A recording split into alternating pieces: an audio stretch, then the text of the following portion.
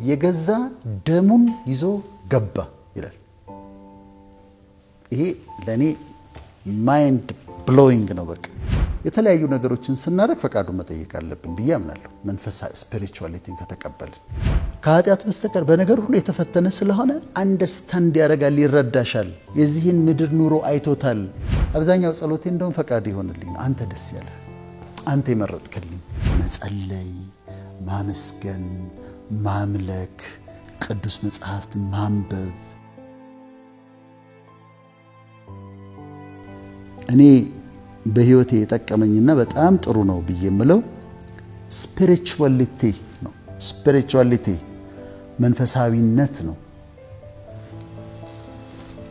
ምን አለ ጌታ ሲናገር እግዚአብሔር መንፈስ ነው ከዛ በእውነትና በመንፈስ ይሰግዱለታል አለ እኔውስ መንፈስ አለ እግዚአብሔር መንፈስ ነው በእውነትና በመንፈስ ሰግድለታለሁ በእውነትና በመንፈስ አመልከዋለሁ ወርሺፕ አረጋዋለሁ እሱ ከቅዱስ አምላክ ጋር በየእምነታቸው ከቅዱስ ከሆነው አምላክ ጋር ፌሎሺፕ ታረጋለሽ ህብረት ታረጋለሽ ስለዚህ መጸለይ ማመስገን ማምለክ ቅዱስ መጽሐፍት ማንበብ ማሰላሰል ከሱ ጋር ኮኔክትድ መሆን በፊቱ መመላለስ መስገድ እንደዚህ መንፈሳዊ ፕራክቲሶች እኔ ህይወቴን አጠፍተውልኝ በጣም ነው ያጣፈጡልኝ በጣም ነው ፕራክቲስ ማረጋቸው መጸለይ ወዳለሁ ማምለክ ወዳለሁ ማመስገን ወዳለሁ መስገድ ወዳለሁ እነዚህ በጣም ነው ህይወቴን ያጣፍጡልኝ ከዛ ይሄንን ካረክሽ በኋላ ደግሞ እንደሱ ፈቃድ መኖር የኔ ምኞት እንደሆነ ንገርሽ ነገ በቀሪው ዘመን ምን ትፈልጋለህ ብትይ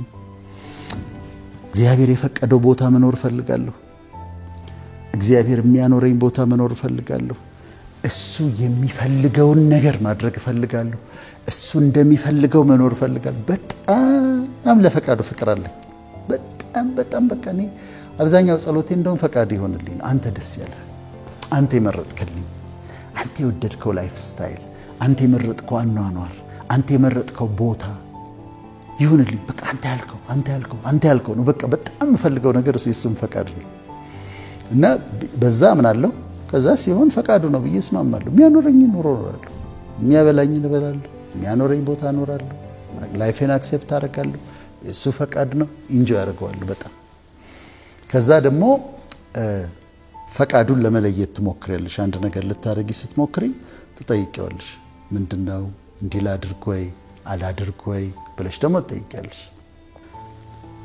አሜሪካ ካንሳስ ቴክሳስ ካንሳስ ሲቲ ነው ቴክሳስ ሂውስተን ዳላስ ምናምን ያሉበት ኦስተን ሂውስተን ዳላስ አካባቢ አንድ የተፈጠረው ታሪክ ልንገርሽ ሶስት ጓደኛሞች ናቸው አንዱ በጸሎት ያምናል ሁለቱ በጸሎት ያምኑ እና ቤት ሊገዙ ነው እና ቤት ሲገዙ እሱ ይጸልያል የቱ ጋር ልግዛ እግዚአብሔር ሆይ ምናምን ይያለ ይጸልያል ከዛ ሲጸልይ እነሱ አንዳንዱን ነገር እኮ በማይንድ ተጠቀም እንጂ ዩዝ ዩር ማይንድ ሁሉ ነገር ጸልይ ሁሉ ነገር እግዚአብሔር ፈቃድ ስላለህ እንዲሉታል ሁሉ ነገር ዲትለው በቃ ቤቱና ያለን ቫልዩን ቼክ እናረጋለን እንገዛለን እኔ ጸልዬ ነው አለ ከዛ ሶስቱም ቤት ገዙ አንድ አይነት ቤት ነው ገዙት የተለያየ ሰፈር ነው ግን ገዙት ያ አንደኛው ጓደኛ እዛጋ ገዛ አንደኛው እዛጋ ገዛ ይሄ ደግሞ በነገር ሁሉ ጸልያለሁ የሚለው ደግሞ እዚህ ጋር ገዛ ከዛ አንድ አይነት ቤት ነው ያገኙት ይስያሉት ማይንድህ መጠቀም ነው እንደውም ያንተስ የኛ ሰፈር እኮ ካንተ ይወልጣል ይሻላል አሉት እኛ የገባንበት ሰፈር ልክ ነው ግን በቃ እሱ የመረጠልኝ ነው የገዛሁት አለ ምንም ዲፈረንስ የለውም ቤቱ አንድ አይነት ነው አንዳንዴ ማይንድህን ብቻ ተጠቀም ዝም ብለህ እንደው ምናምን አሉት በአመቱ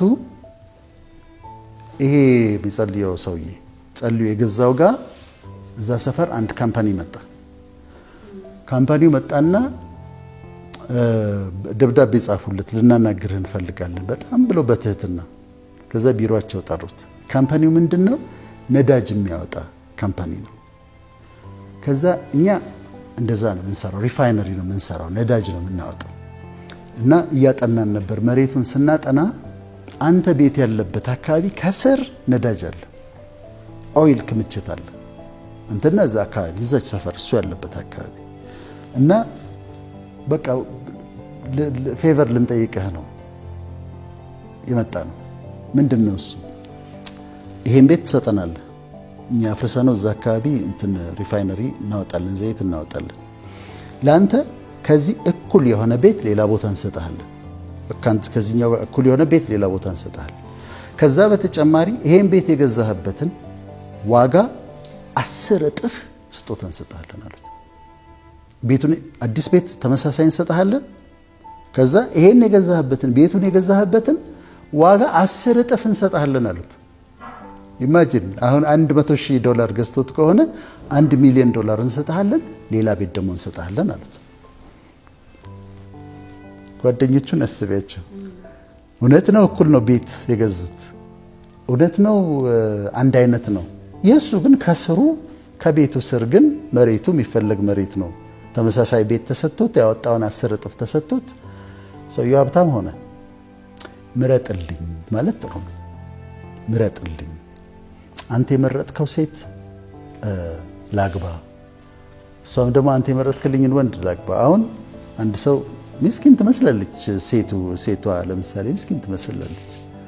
ከዛ ግን እግዚአብሔር የመረጠልኝ እሷን ነው ብሎ ያገባል። በአእምሮም ነው ያመዛዝናል ይላል። ግን እሷ ውስጥ ሀብት አለ፣ ውስጧ የሚገርም ነገር አለ። ውስጧ ስታያት ምስኪን ነች፣ ግን ውስጧ ግን የሚመነዘር ብዙ ነገር አለ። ወይም እሱ ደግሞ ስታየው ምንም በቃ ሀብታም አይደለም፣ ምን አይደለም፣ ግን ውስጡ ግን ሀብት አለ፣ ነገ የሚመነዘር እግዚአብሔር የሚመነዝረውና ፈቃድህ ትሁንልኝ ማለት በጣም ጥሩ ነው።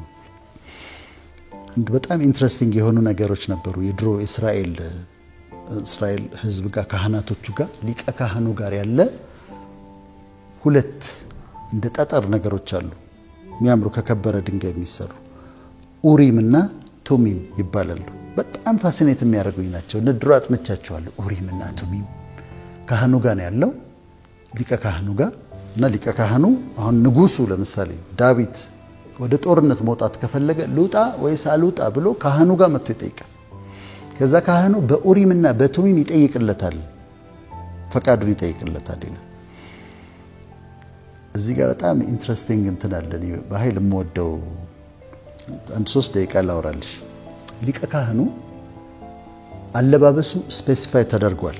ከላይ ከእግዚአብሔር ነው የታዘው፣ ለሙሴ ነው የተነገረው፣ ለአሮን ነበር የመጀመሪያው ሊቀ ካህንና እንዴት እንደሚለብስ ኤፉዱ እንዴት እንደሚሰራ ሐምራዊ፣ ሰማያዊ፣ ቀይ፣ ወርቅ እንዴት እንደሚፈተል ልብሱ ምናምን ትእዛዝ ተሰጥቷል። ከዛ ጥምጥሙ እንዴት እንደሚሰራ ተነግሮታል። ጥምጥሙ ይደረግና ግንባሩ ላይ በቅጠል መልክ የምትሰራ ወርቅ አለች እና ላይዋ ላይ ቅድስና ለእግዚአብሔር ተብላ ትጻፋለች። አሳውሻለሽ አይደል? ቅድስና ለእግዚአብሔር ተብሎ ይጻፍባታል። እዚህ ደረቱ ላይ 12ቱን የእስራኤል ነገዶች የሚወክሉ የከበሩ ድንጋዮች አሉ፣ በተርታ የተቀመጡ ያስፔድ፣ መረገድ፣ ቤርሌ እንዲህ የሚባሉ አልማዝ ራስን ይጨምራል። 12 ድንጋዮች አሉ። እሱ አለ። ከዛ ከስሩ ሌላው አለባበሱ እንዳለ ሆኖ ከስሩ የወርቅ ደውሎች አሉ፣ ወይም የወርቅ ሻኩራዎች ይባላሉ። እና ደውሎች ናቸው፣ ከወርቅ ነው የሚሰሩት። ቀሚሱ ጫፍ ላይ የተንጠለጠሉ ዙሪያውን የተንጠለጠሉ ሮማኖች አሉ። ከዛ ደግሞ የወርቅ ደውሎች አሉ። ካህኑ ሲሄድ ድምጽ አለው፣ ሚውዚክ ነገር አለው። እነሱ ይገጫጫሉ። እነሱ እየተገጫጩ ልብሱ ጫፍ ላይ ያሉት ነው እየተገጫጩ ሚውዚክ ይፈጥራሉ፣ ድምጽ አለው። ግን ጥቅሙን መሰለሽ ሊቀ ካህኑ በአመት አንድ ጊዜ ወደ ቅድስተ ቅዱሳን ይገባል። በአመት አንድ ጊዜ። አሁን የውጭው አለ፣ አሁን ታበርናክል መገናኛው ድንኩል ላይ ያሉ ውጪ ሌላ ሰው የሚገባበት አለ፣ መካከለኛው ካህናቶቹ የሚገቡበት አለ። ውስጥ ግን ቅድስተ ቅዱሳን አለ። the holy of holies የሚባለው ቅድስተ ቅዱሳን አለ። እዛ ውስጥ ያለው ምንድነው? የቃል ኪዳን ታቦቱ አለ። ቃል ኪዳን ታቦቱ አለ። የወርቅ ማዕጠንት አለ፣ ወርቅ ዕጣን ማጠኛ አለ፣ ማዕጠንት አለ። ቃል ኪዳን ታቦቱ ውስጥ 2 ጽላቶች አሉ። በዛ ጊዜ ታበርናክል ውስጥ የለመለመችው የአሮን በትር አለች፣ እዛ ጋር አለች። እና ቅድስተ ቅዱሳኑ አለ። ማንም መግባት አይችልም። ቃል ኪዳን ታቦቱ ያለበት ቦታ ነው። ሊቀ ካህኑ ግን በአመት አንድ ጊዜ ይገባል። በአመት አንድ ጊዜ ሲገባ ደም ሳይፈስ ስርየት የለምና ደም ይዞ ነው የሚገባው። ደም ይዞ ይገባል። ከዛ ስለራሱ ኃጢያትና ስለ ህዝቡ ኃጢያት ንስሐ ይገባል፣ ያስተሰርያል። አሁን ሊቀ ካህኑ ገባ። ሲገባ ልክ አይሁዶች የራሳቸው ጽሁፎች አሉ። ታልሙድ ነው። ልክ እንደ ለሙስሊሞች ቁርአን፣ ለክርስቲያኖች መጽሐፍ ቅዱስ፣ የነሱ ደግሞ ታልሙድ ነው። ልክ ሙስሊሞች ከቁርአን ተጨማሪ ሐዲስ እንዳሏቸው፣ ክርስቲያና ደግሞ የተወሰኑት የራሳቸው ተጨማሪ ጽሁፍ እንዳላቸው፣ ከታልሙድ ደግሞ ተጨማሪ ያላቸው ጁዳይዝም እና እዛ ላይ ያለን የተጻፈና ተቀባይነት ያለው ነው። ይሄ ሊቀ ካህን ሊያስተሰርይ ሲገባ ምን ይደረጋል? አንድ እግሩ ላይ ገመድ ይታሰራል። ገመድ ይታሰራል አንድ እግሩ ላይ። ከዛ ይገባል። ገመዱ የሚታሰረው ምንድነው? ሊቀ ካህኑ ገብቶ ቅድስተ ቅዱሳን ገብቶ ታቦቱ ፊት ሲቆም የእግዚአብሔር ቁጣ ከነደደ ይቀሰፋል። ከተቀሰፈ ደግሞ ማውጣት ስለማይቻል ማንንም ገብቶ ከቅድስተ ቅዱሳን ውስጥ የሱን አስከሬን ማውጣት ስለማይቻል እግሩ ይታሰራል። ተጎትቶ ነው የሚወጣው። እንዴት እኮ የሚያስፈራ ነበር እኮ። በጣም ደኮ የሚያስፈራ። የብሉይ ኪዳን በጣም ከባድ ነው። ስለዚህ ሊቀ ካህኑ ደሙን ይዞ ይገባል። እግሩን ታስሮ ነው የገባው። አንድ እግሩ ላይ ገመድ አለ። ይገባል። እየፈራ ነው የሚገባው። ሊያስተሰርይ ነው የሚገባው። ደም ይዞ ይገባል። ከዛ ይቆማል፣ ይጸልያል። እዛ ያስተሰርያል የህዝቡን ኃጢያት። እዚህ ላይ 12ቱ የከበሩ ድንጋዮች አሉ፣ ሪፕሬዘንት ያደርጋሉ። ከዛ የህዝቡን ኃጢያት ይናዘዛል፣ የራሱን ኃጢያት ይናዘዛል። አሁን ውጭ ያሉት ምን ይሰማሉ መሰለሽ? ቀሚሱ ላይ ጫፍ ላይ የታሰሩት የወርቅ ደውሎች ድምጻቸው ይሰማል። ኮንቲኒየስሊ ስለሚንቀሳቀሱ የነሱ የሚፈጥሩትን ሚውዚክ ይሰማሉ፣ ድምጽ ይሰማል። ስለዚህ ሂዝ ኦኬ፣ ድምጹ እስካለ ድረስ ሂዝ ኦኬ ማለት ነው። ድምጹ ከጠፋ ግን ይደነግጣሉ። ጸጥ ካለ፣ ምክንያቱም እነዛ የሚንኳኳው የሚንሿሿው ጸጥ ካለ በጣም ይደነግጣሉ። አንድ ነገር ሆኖ ሊሆን ይችላል። ከዛ ጠብቀውት ለረጅም ጊዜ ጸጥ ካለ ሊቀ ካህኑ ተቀስፏል ማለት ነው። እዛ ፊት ሞቷል ማለት ነው። ወይ የራሱ ኃጢያት አስቆጥቶታል እግዚአብሔር፣ ወይ የህዝቡ ኃጢያት አስቆጥቶታል። ስለዚህ ይቀሰፋል። በኋላ ሲቀሰፍ ማውጣት አይቻልም፣ በገመድ ተጎትቶ ነው የሚወጣው። እንደዚህ ነበር። ከዛ ስለ ኡሪምና ቱሚም አወራለሁ ብዬ ነው እኮ እዚህ ውስጥ የገባሁት። በጣም የሚያስደስተኝ ለክርስቲያኖች፣ እቺኛዋ ለክርስቲያኖች ነው የምናገረው፣ ለክርስቲያኖች ነው የምናገረውና ጌታ ኢየሱስ መስቀል ላይ ሞታል አይደል?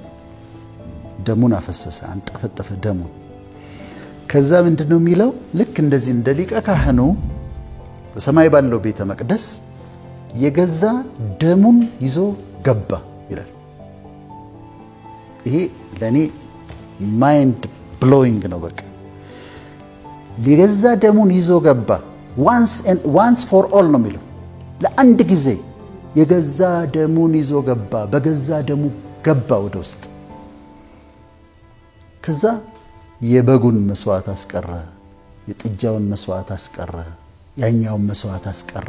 ምክንያቱም በገዛ ደሙን የገባው እንደ መልከ ጼዴቅ ሥርዓት የዘላለም ካህናችን ሆነ። ሃይ ፕሪስት ሆነ። ሊቀ ካህናችን አሁን እሱ ነው። በክርስትና ምን ሆነ? ይሄ ሊቀ ካህናችን ሆነ። የገባው ግን በገዛ ደሙ ነው። የራሱን ደም ይዞ ነው የገባው። ከኃጢያት በስተቀር በነገር ሁሉ የተፈተነ ስለሆነ እኔ ኢየሱስን የምወድበት ምክንያት አንዱ ይሄ ነው። ከኃጢያት በስተቀር በነገር ሁሉ የተፈተነ ስለሆነ አንደርስታንድ ያደርጋል፣ ይረዳሻል። የዚህን ምድር ኑሮ አይቶታል እና ይረዳዋል። የምታልፊበትን ድካሙን ያውቀዋል፣ ረሃቡን ያውቀዋል፣ የሰዎችን ክፋት ያውቀዋል፣ ድካሙን ያውቀዋልና ሊቀ ካህን ኃጢያታችን አንድ ጊዜ የሚያስተሰርይ ሊቀ ካህናችን ሆነ። የገባው ግን በገዛ ደሙ ነው ይላል። ይሄ ፋሲኔቲንግ ነው። በጣም ምድነቅበት ነገር ነው። ከዛ አሁን ይራራልኛል፣ በድካሜ ይራራልኛል። አንስደክም የማይፈርድብኝ ለዚህ ነው። ይሄ ምድር ከኃጢያት በስተቀር በኃጢያት አልተፈተነም። በሌላውን ግን አይቶታል፣ ስቃዩን አይቶታል፣ የምድርን ኑሮ እና ይሄ በጣም ያስገርመኛል። ከዛ ምን ይላል መሰለሽ?